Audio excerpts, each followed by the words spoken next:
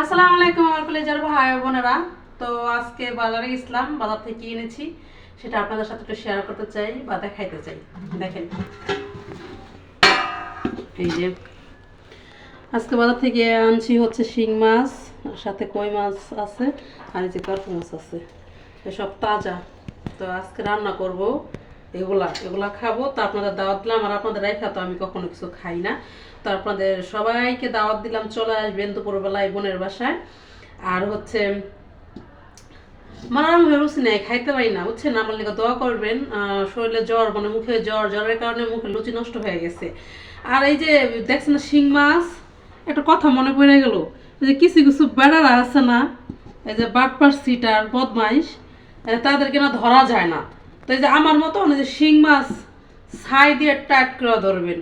ওই শিং মাছ ধরার ওষুধই হচ্ছে ছাই। ছাই দেওয়া দইরে, আর শুনতেছে ওখানে নাকি যে কোর্টের থেকে পারমিশন দিয়ে দিছে। আর বেড়া গো মনে আনন্দ লেগে গেছে গা, বেড়ারা তো নাচতেছে তাকে টুনটুনি নিয়া। ঠিক আছে, তাকে টুনটুনি ধরতে গেলে ছাই লাগবে। এই ছাই দেওয়া দইরা টুনটুনি রে তা পুতার নিচে থুইয়া তারা শেষা দিবেন। ঠিক আছে না? সবাই ভালো থাকবেন, আল্লাহ।